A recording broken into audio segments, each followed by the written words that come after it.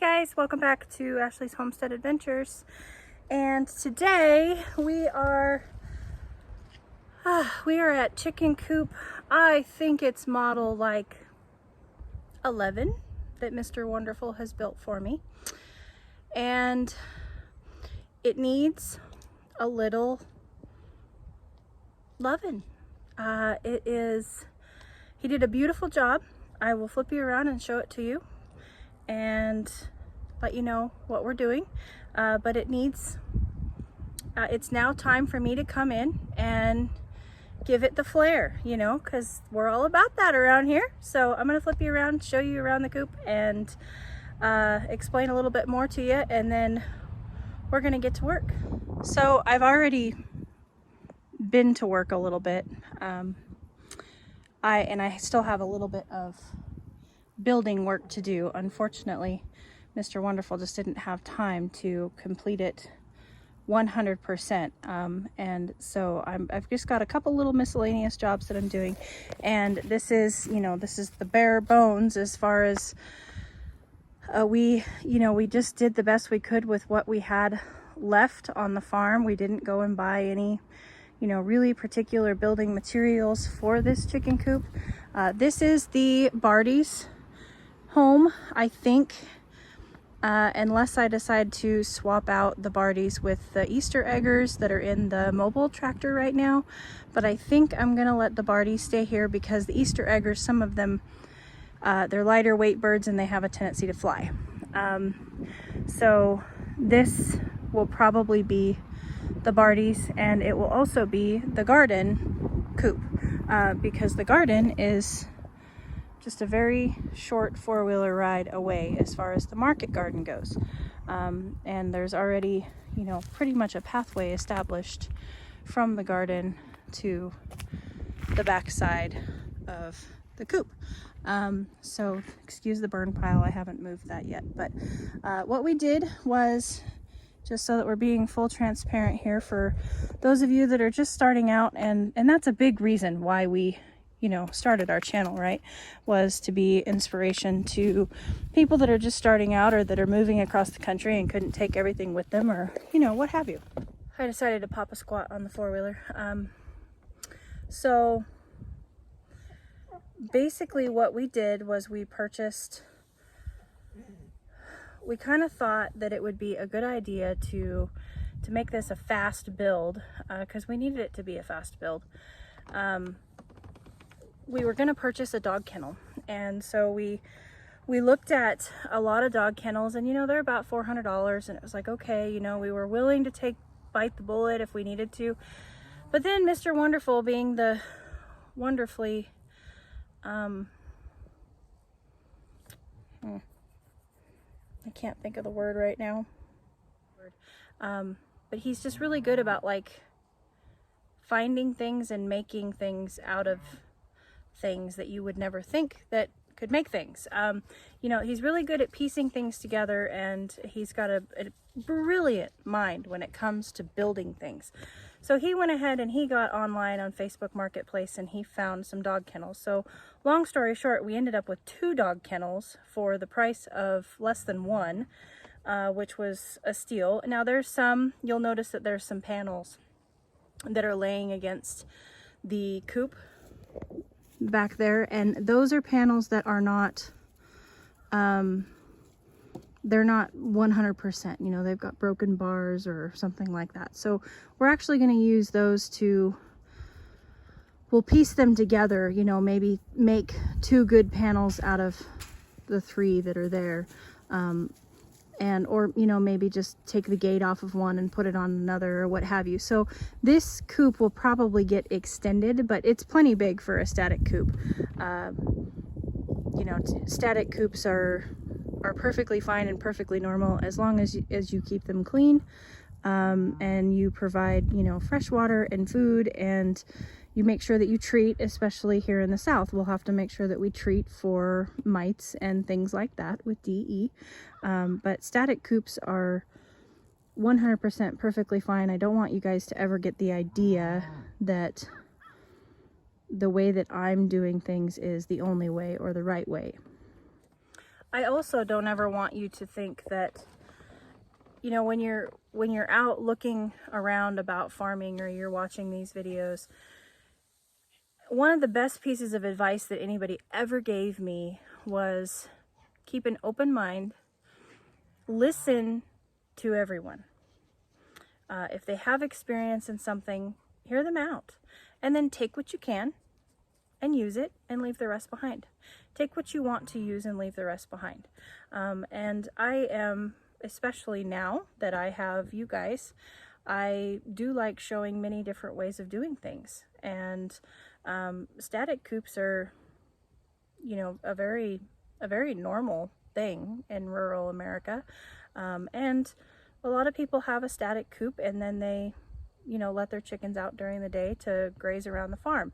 And that will be the case for these ladies when on the off season of gardening. When there's not stuff in the garden, absolutely, I will let them out during the day and let them run around the farm. But as long as the garden's going, they will have to stay locked up. So anywho, I digress. Rabbit hole. But this was one of those coops that we, Mr. Wonderful pieced together, and he managed to find, you know, what we did need to buy for very inexpensive. And I think he did an amazing job considering he just used scraps that we had laying around the farm. So, but there's a couple things that I need to finish up on it, and then of course we get to paint it, so, and decorate it. So as you can see, it is, you know, it's basically 2 kennel lengths long, 1 kennel length wide. The coop itself, the house itself, is 53 wide and 82 deep. And it's got, you know, it's a lot of the edges and things like that are open for ventilation. And it's got a slanted roof, as you can see. And then I have 2 large doors here that open up. And here's another hack. You know, it used to be that we could go to the feed store or somewhere and we could pick up the milk crates for, you know, I don't know, $2 a piece. Sometimes they were free. And now they want $8, $9, $12 for them. So these are kitty litter boxes from Walmart. And these will just go like this. Okay. And I'll put hay in them, and those are their nesting boxes. Then they have a roost. Well, they have 4 roosts. And then he went ahead and he put this, just a second, going in. There's the front doors and the nesting boxes. I'm now basically roosting. But he went ahead and he put this board up here. And this is to keep them from finding a way. It's really steep, so they won't be able to roost on it. And it will keep them from roosting above their nesting boxes while still providing plenty of ventilation. And so they can't go to the bathroom in their nesting boxes, ideally. And then of course they've got, you know, all these roosting bars and ventilation at the top all the way around. Let me get back out. And then of course their door, and eventually I'd like to go to electric doors. But you know, we don't really have a ton of predator pressure, so I'm not super worried about it. But anyway, what I'm doing today is I've ran around and I've screwed in some boards underneath because there was a gap from the chicken wire that was a little too big for my liking.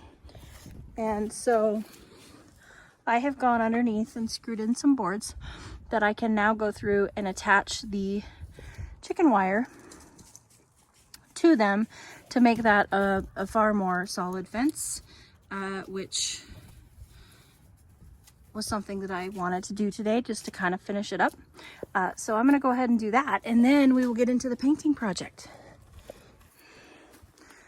Meanwhile, my Logador is taking stuff out of the fire piles and bringing them to me like a good boy. You're such a dork. Yes, thank you.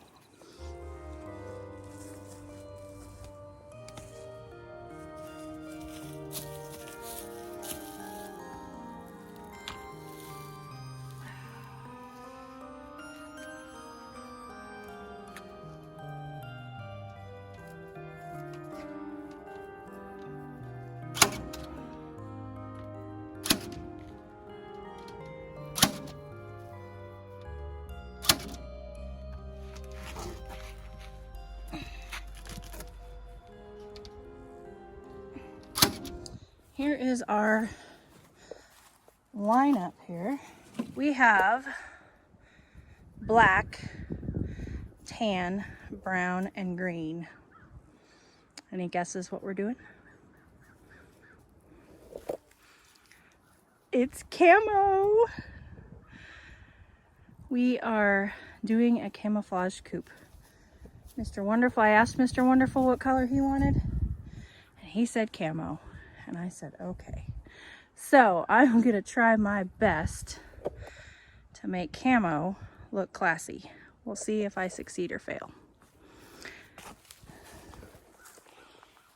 So I'm just gonna set you guys up.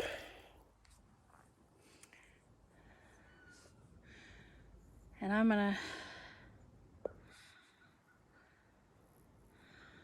gonna go for it.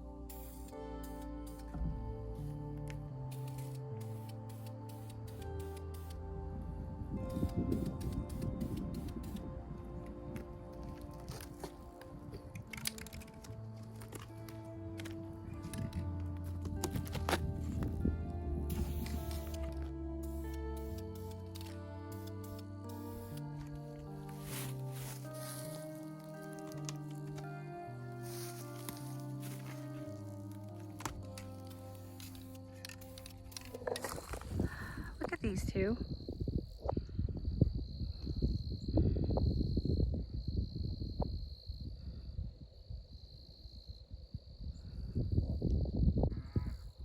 Just standing over the fence, squealing at each other. They've been doing that all day.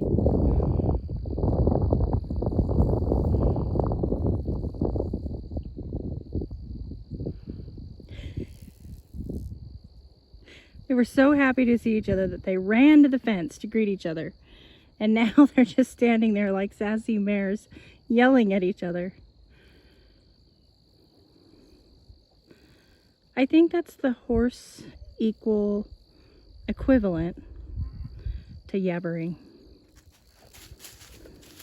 Anyway, back to the task at hand.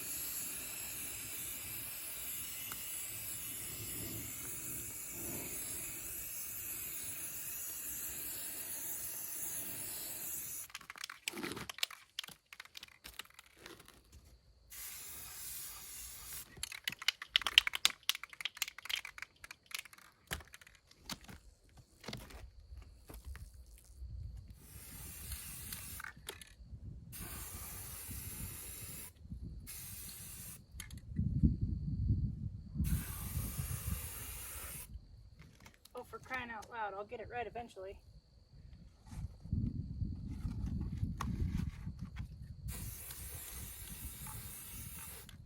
There we go. That's what I wanted.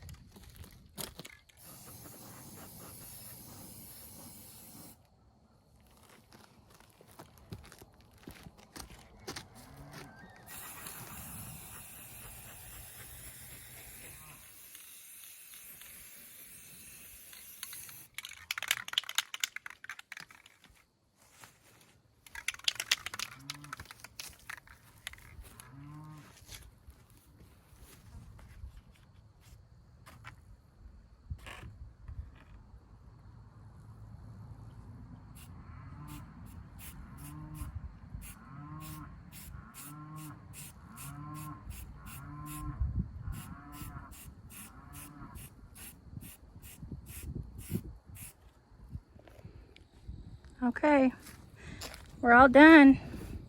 I even camoed their ramp. Oh, gave him a big star. I think it turned out pretty dang good for a plywood chicken coop, and my first time rattle can camo painting. I'm pretty proud of myself. I've never done camo paint before, and I don't know, I think it looks good. So anyway, I'm gonna hide over here from the wind.